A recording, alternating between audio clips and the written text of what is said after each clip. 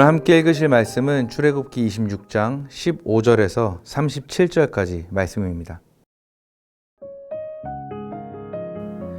너는 조각목으로 성막을 위하여 널판을 만들어 세우되 각 판의 길이는 10규빗, 너비는 1규빗 반으로 하고 각 판에 2촉씩 내어 서로 연결하게 하되 너는 성막 널판을 다 그와 같이 하라.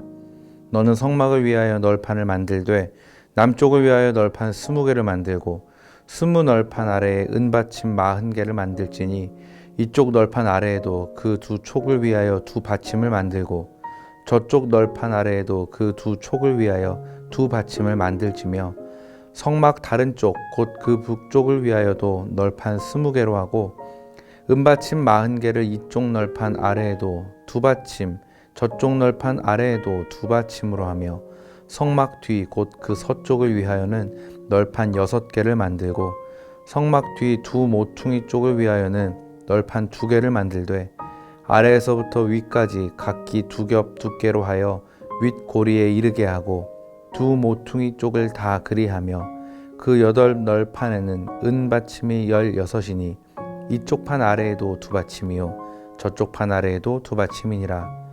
너는 조각목으로 띠를 만들지니 성막 이쪽 널판을 위하여 5개요 성막 저쪽 널판을 위하여 5개요 성막 뒤 곧 서쪽 널판을 위하여 5개이며 널판 가운데 있는 중간 띠는 이 끝에서 저 끝에 미치게 하고 그 널판들을 금으로 싸고 그 널판들의 띠를 꿰 금고리를 만들고 그 띠를 금으로 싸라. 너는 산에서 보인 양식대로 성막을 세울지니라. 너는 청색, 자색, 홍색 실과 가늘게 꼰 배실로 짜서 휘장을 만들고 그 위에 그룹들을 정교하게 수놓아서 금 갈고리를 네 기둥 위에 늘어뜨리되 그 네 기둥을 조각목으로 만들고 금으로 싸서 네 은받침 위에 둘지며 그 휘장을 갈고리 아래에 늘어뜨린 후에 증거궤를 그 휘장 안에 들여 놓으라. 그 휘장이 너희를 위하여 성소와 지성소를 구분하리라. 너는 지성소에 있는 증거궤 위에 속죄소를 두고 그 휘장 바깥 북쪽에 상을 놓고 남쪽에 등잔대를 놓아 상과 마주하게 할지며 청색, 자색, 홍색 실과 가늘게 꼰 배실로 수놓아 짜서 성막 문을 위하여 휘장을 만들고 그 휘장 문을 위하여 기둥 5을 조각목으로 만들어 금으로 싸고 그 갈고리도 금으로 만들지며 또 그 기둥을 위하여 받침 5개를 노스로 부어 만들지니라. 아멘. 앞서 나오는 말씀에서 장막 안에 배치될 그 주요 도구들의 모습과 규격들에 대해 기록한 이후에 이제 출애굽기 26장에서부터는 장막 자체를 건축하는 데 필요한 정보와 규례들에 대해 기록하고 있는 것을 보게 되는데요. 여기 나오는 이 장막에 대해서는 다들 많이 들어보셨고 또 공부해 보신 분들도 여럿 계실 것 같은데요. 장막은 한마디로 말하면 커튼과 기둥들로 이루어진 건물이었습니다.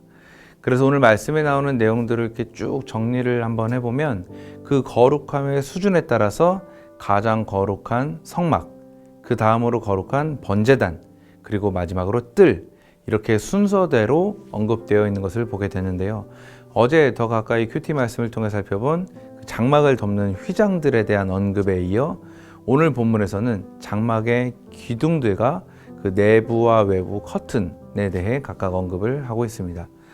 저는 오늘 이 중에서 31절에서 35절에 걸쳐 다루고 있는 우리가 흔히 휘장이라고 부르는 이 내부 커튼에 대한 말씀에 대해 잠시 주목해 보기 원하는데요. 말씀을 통해 확인할 수 있듯이 장막의 총 규모는 가로 10규빗, 세로 30규빗입니다. 그 안에 있는 이 내부 커튼은 지성소와 성소를 구분하는 도구죠.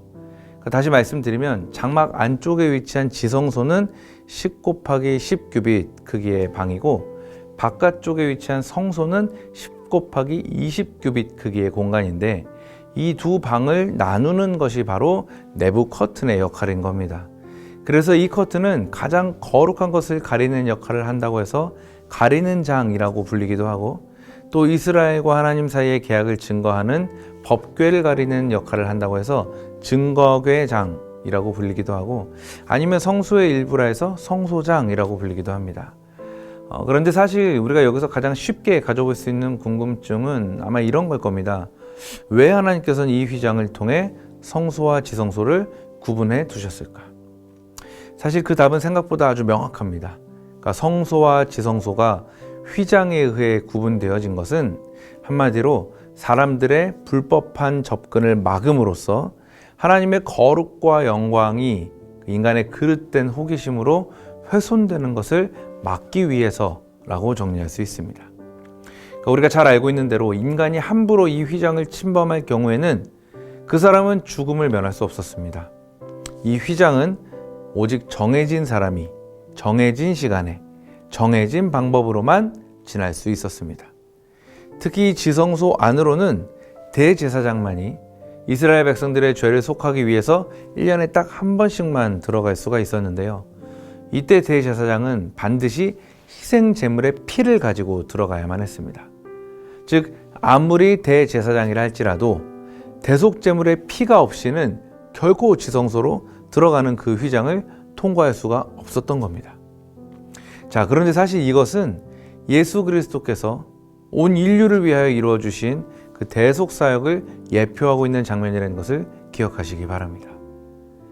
인류의 영원한 대제사장이신 예수 그리스도께서는 구약의 대제사장이 그 휘장 안으로 들어가기 위하여 희생 제물의 피를 가지고서 매년 드려야만 했던 그 희생 제사를 모든 인류를 위하여 십자가 위에서 죽으심으로써 단 한 번에 완성을 하셨습니다. 예수님께서 직접 그 희생 제물이 되어 주시고 우리를 위해 자신의 피를 묵묵히 흘려 주신 것이죠. 그래서 이제는 그 십자가 보혈의 공로를 믿고 의지하는 사람이라면 누구나 날마다 담대하게 하나님 앞으로 나아갈 수 있게 된 겁니다. 그래서 히브리서 기자는 이 사건에 대해 이렇게 말씀하고 있습니다. 우리가 예수의 피를 힘입어 성소에 들어갈 담력을 얻었나니 그 길은 우리를 위하여 휘장 가운데로 열어놓으신 새롭고 산 길이요 휘장은 곧 저의 육체니라. 아멘. 사랑하는 청년 여러분, 이처럼 예수 그리스도께서는 자신의 육체를 찢으심으로 그 수천 년 동안 인간과 하나님 사이를 가로막고 있던 그 죄의 장막을 완전히 열어주셨습니다. 그런데 중요한 것은 이것이 다른 그 누구를 위한 것이 아니라 그 십자가 보혈의 공로를 힘입어 하나님의 자녀이자 왕 같은 제사장이 된 바로 저와 여러분을 위한 것이라는 사실입니다. 이 사실을 꼭 믿으시기 바랍니다. 자, 그럼 이제 우리는 그 거룩한 사건 앞에서 무엇을 해야 할까요? 기억하시기 바랍니다. 이제 우리는 예수 그리스도의 공로로 인하여 활짝 열려진 그 휘장을 지나 그 은혜의 보좌 앞으로 담대하게 나아가야 합니다. 그리고 거룩한 보좌 앞에 서서 날마다 영광스러운 하나님의 임재를 경험하고 거기로부터 흘러나오는 완전한 평화를 삶 속에서 누려야 합니다. 그것이 우리가 마땅히 행해야 할 일임을 꼭 기억하는 여러분 되시기를 바랍니다. 만일 우리가 하나님의 보좌 앞으로 나아가지 않는다면 담대하게 은혜의 보좌 앞으로 나아가지 못하고 여전히 어둡고 깜깜한 죄의 자리에만 머물러 있는다면 그것은 어쩌면 예수 그리스도의 십자가 보혈의 공로를 무의미하게 만드는 일일 수도 있습니다. 이 사실을 잊지 마시고 부디 독생자를 십자가에 못 박으면서까지 우리에게 열어주기 원하셨던 그 하나님의 은혜와 사랑을 외면하지 마시고 주님의 거룩한 보좌 앞으로 나아가서 그 휘장 너머에서부터 우리의 삶 속까지 흘러들어오는 참된 기쁨과 승리, 평안과 만족을 마음껏 누릴 수 있는 우리 모두가 될 수 있기를 예수님의 이름으로 축복합니다.